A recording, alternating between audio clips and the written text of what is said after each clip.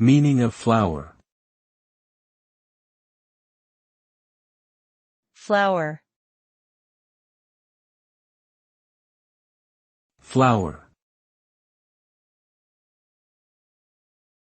Flour. Flour.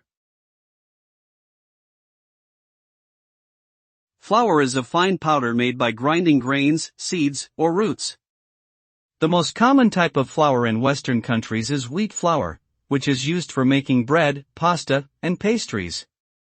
Flour is also made from other grains such as rice, corn, and barley, as well as from nuts and legumes. When flour is mixed with water, the proteins in the flour form gluten, which gives elasticity to dough and allows it to rise when baked. Different types of flour have different protein levels, resulting in different baking properties. Flour is a staple ingredient in many cuisines around the world and is used in a wide variety of dishes.